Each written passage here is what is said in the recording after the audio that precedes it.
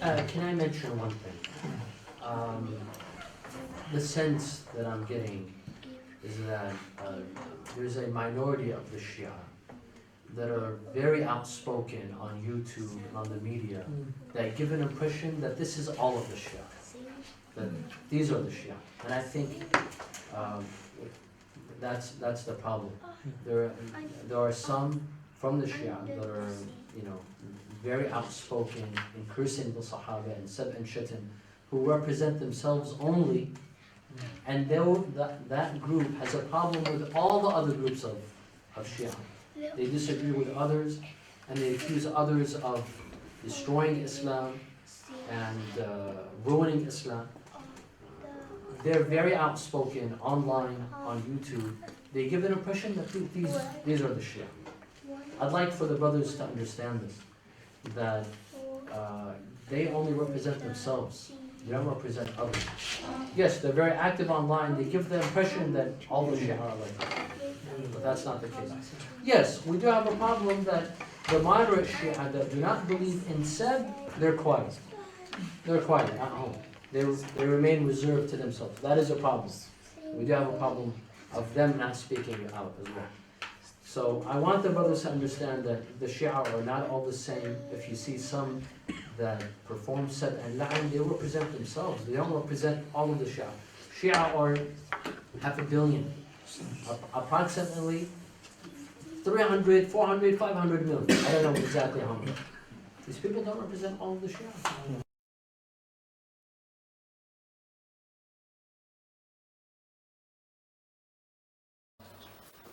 While there are others who claim he's a hypocrite or even a disbeliever, this controversial figure in Islamic history is Umar ibn al-Khattab.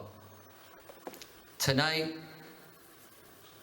God willing, in the next hour, we shall shed light on the life of this man, on his actions, on his qualities, on his achievements, and come up with some conclusions. Tonight, we'd like to discuss the truth about the life of Umar ibn al-Khattab. Sallu ala Muhammad wa ali Muhammad.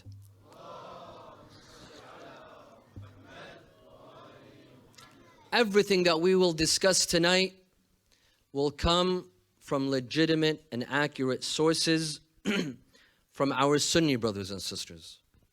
We will not mention anything from our own sources.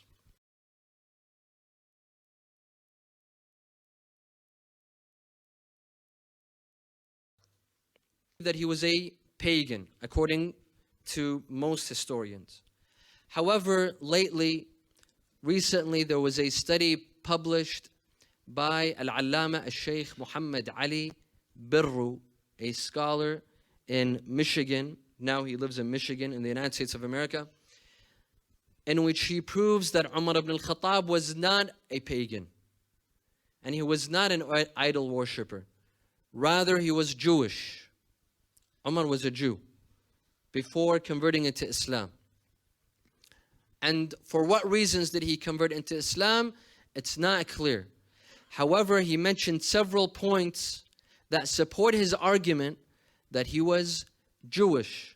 Facts are mentioned in Sunni sources, my dear friends. There are a lot of other incidents. As you see, a life full of achievements, a life full of actions. Yes, the Sahabi had one more achievement that we didn't mention. A very huge achievement. This achievement was to carry wood and fire and head towards the house of Fatima al-Zahra. This was one of his actions.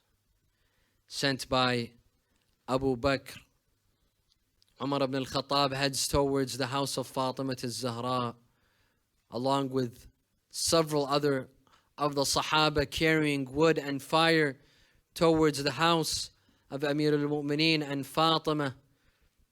Fatima al-Zahra sees him. She asks, Ibn al-Khattab, what you have come to do? What? He said, by God, I have come to burn down this house unless you leave the house and give allegiance. They told him, do you know who's in this house? Fatima al-Zahra is in this house. He said, yes, so what? So what? Even if Fatima is in this house, Ali is in this house, Al-Hassan wal-Hussein is in this house, I will burn down this house. This man was the first to terrorize the family of Rasulullah sallallahu alaihi wa alihi. This was the first act of terrorism to take place in Islamic history. This incident set a precedent in Islamic history, a direct act of terrorism. So don't be shocked, my dear brothers and sisters, if you see terrorist acts taking place in Iraq or Syria or other places, or in Pakistan where our brothers and sisters are being killed. They're just the progeny. They're just the children, and they're just the followers. They all learn from that first terrorist act that took place at the house of Fatima al-Zahra salawatullahi wa salamuhu alayha.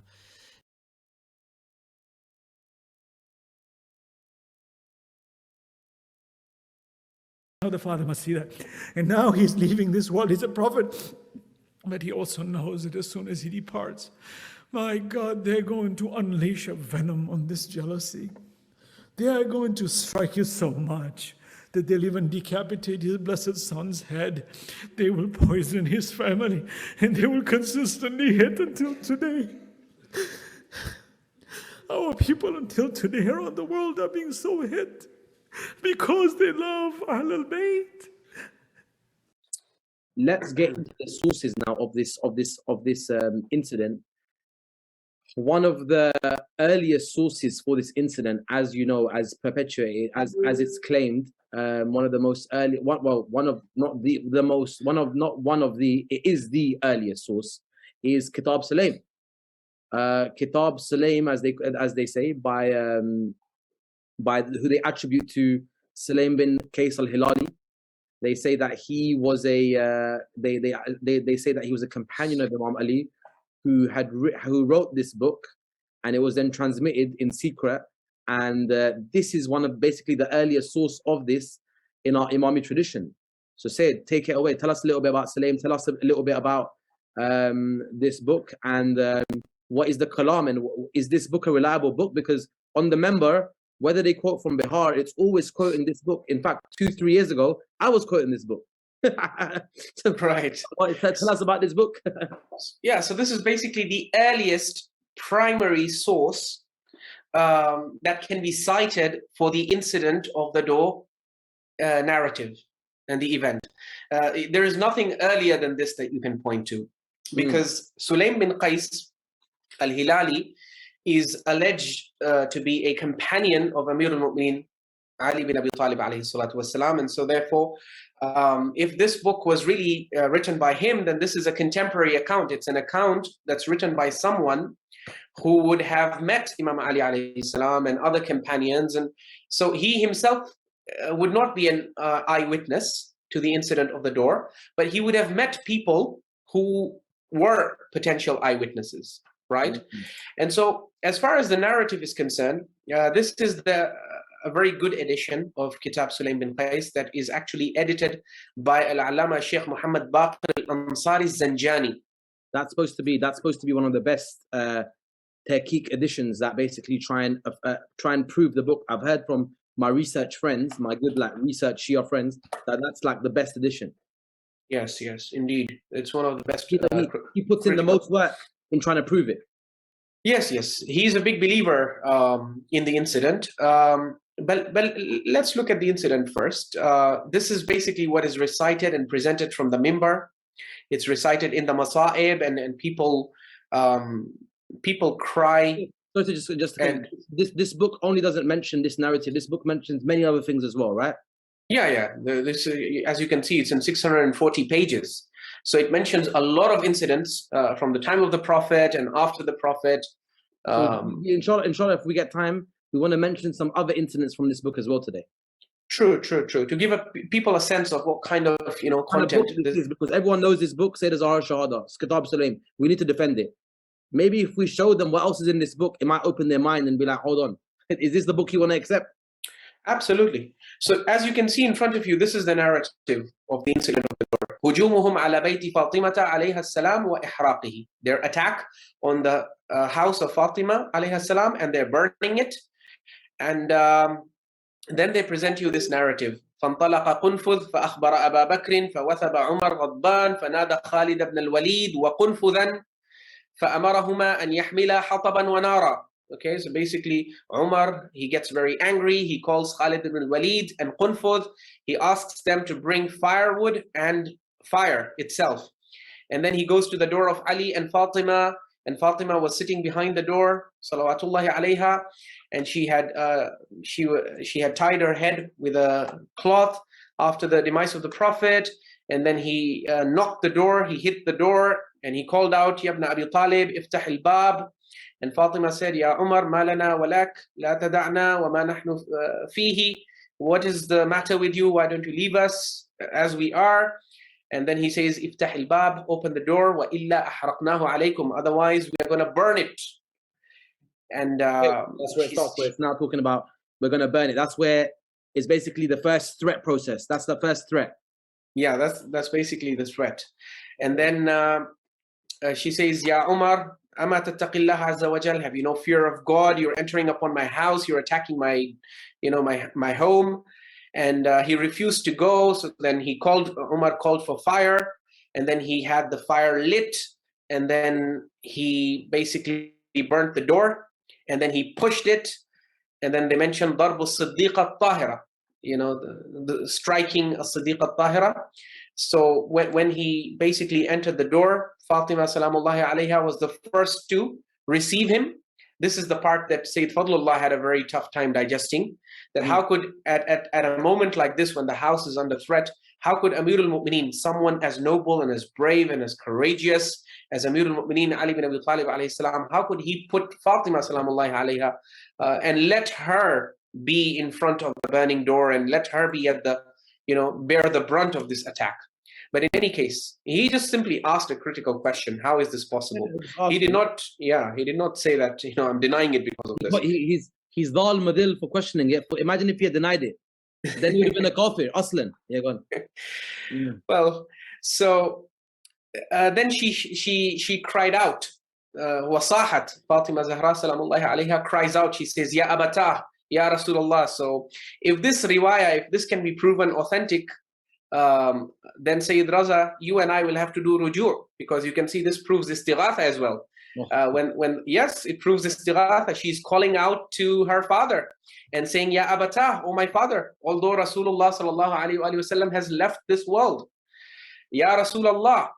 So then farafa as-sayf wa huwa fi ghimdihi. So then Umar lifted his sword when it was in his scabbard, in its sheath. فَوَجَأَ بِهِ جَنْبَهَا فَصَرَخَتْ. So then he attacked her side with it, and so she screamed. فَرَفَعَ الصَّوْتِ. And then he lifted his whip. So he had a whip with him, and then he struck her arm with it. فَصَاحَتْ. And then she again does istighatha, and she says, Ya Abatah, oh my father. And then even how much you've read now after this, what Hazrat Umar, bro? What Hazrat? Oh yeah, absolutely. I mean, if this, what's the status of Umar after this? Absolutely.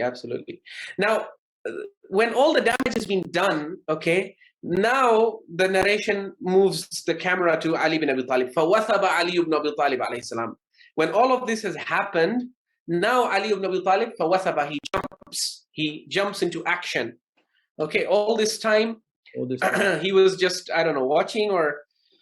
now it changes. Yeah, now it changes. So then فَأَخَذَ بِتَلَابِبِ عُمَرٍ. So then he grabs Umar, and then he shakes him, and he throws him to the ground, and he injures his nose, and strikes him. This is something interesting. Another reason why Kitab Sulaim is very pushed amongst us is that from a young age, that same ishqal of why didn't Imam Ali do anything? Why didn't he do anything? Actually, even when when I started believing in this narrative, when I used to believe in it, in fact, I would use Kitab Sulaim and say, look, here's defense that Imam Ali did do something. Because normally It's a bit late, but he's still done it. Yeah, but how can you afford to be so late? Wait till my slab. But we were worse than this. We used to say we don't have any evidence of him already doing anything. We used to say he wasn't at home. He wasn't his. With Kitab Salim, it brought us a lot of hope because when I look, he defended. So people use this to reverse it. I mean, look, the expectation of today's Shia, when a traditional Shia says, Ya Ali Madad, he assumes Imam Ali alayhi salam will come in time to rescue. But this narrative, this Kitab Sulaim is saying, well, when his wife was screaming and she was calling out to, her father, and he could hear that, he was not doing anything. And after, she had been beaten up and the door had been burned and Muhsin had been, she had miscarried. After all the damage is done, all of a sudden now, Amir al-Mu'mineen. That's a good nukta. With Yali Madad, he helps millions of people within seconds.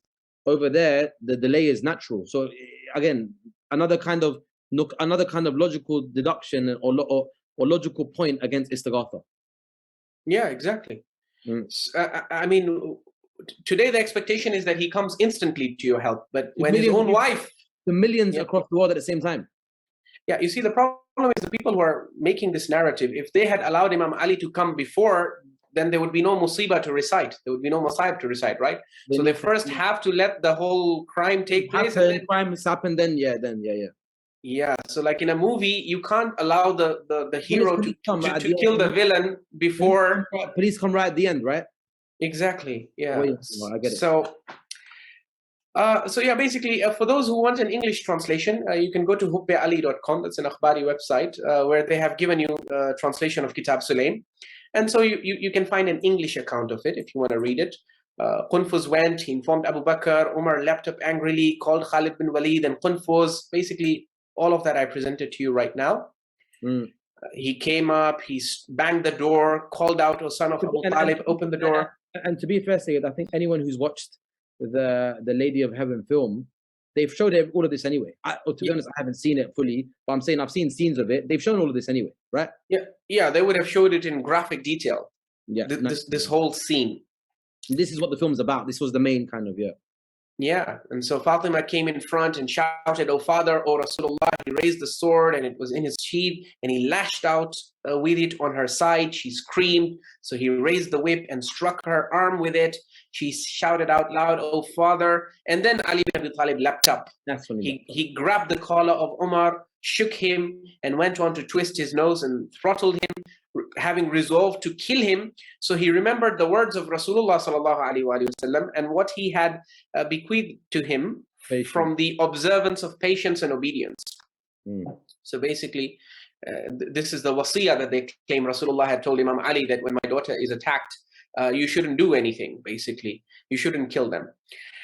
And then he said, by the one who honored Muhammad, by the prophethood, O son of Sahak, had not the book of Allah been in front of me, you know that you would not have entered my house. So somehow, the decree of God is what prevented him from stopping Umar from entering the house. And then they talk about how they wanted to kill Zahra alayhi salam with the sword. So Umar yelled out for help. The people came over until they entered the house. Khalid bin Walid unsheathed his sword to strike Fatima. He attacked him. He alayhi salam, that is Imam Ali, attacked him with his sword. So he pleaded Ali for mercy and he refrained. And then basically the exit of Amir al-Mu'mineen from the house, Al-Miqdad, Salman, Abu Dhar, Ammar, Buraida, all of these people, apparently they were also, they couldn't come in time. So Sikandar said it's inside the same book about the forced bay'ah. Yeah. Basically, the whole forced bay'ah narrative. Then they grab it. Yeah, look, the manner of likani. What go down? What was that? The manner of or was it up? Sorry, the manner of allegiance under compulsion. Hang on, the manner of yeah. This one, the manner of allegiance under compulsion. And then they grab him Ali and they force him to give bay'ah, basically. Yeah, basically that's the narrative that you see over here. Okay. So this is the general narrative. Okay, no, as in the general narrative. Even though Shias generally know it, it's kind of good for them to know this is the kind of source, Kitab Sulaim and stuff. And obviously, that's been now actually, mashallah, they made a film out of it as well. So if you want the video version, that's available as well now. It's not only in book. It's not only in book form anymore. It's in video form as well now. Yeah, you can check it out. You can check it out. So you can spend millions on the video form. Let's see if you can provide say sanad for it. So Sahih Sanad for it is the real problematic part. As you can see, the office of Sayyidi Sistani has already announced that if you're looking for a Sahih Sanad for it, or if you claim to have a Sahih Sanad for it, then you clearly have something that Sayyid Sistani himself doesn't have. I think they would be very grateful to you if you were to provide them with the Sahih Sanad, because it does not exist. What does exist in the sources, and what is generally used to prove the reliability of this whole narrative, is statements from akhbari scholars, or scholars whose methodology was akhbari, in the sense that they believed in blind and uncritical reliance on anything and everything that's attributed to the Ahlul Bayt in our sources. So there was this group of scholars, even in the past, and especially in the Safavid period of akhbari dominance. This was the mainstream Shia position, that anything that's attributed to the Ahlul Bayt in the books shouldn't be questioned or challenged. Even if you don't understand it, don't reject it. That was the whole akhbari ideology. That influence and mindset still exists in the minds of the Shia today. Unfortunately, despite the Usuli reform. The Usuli reform... Using Usuli parlay to do the same thing.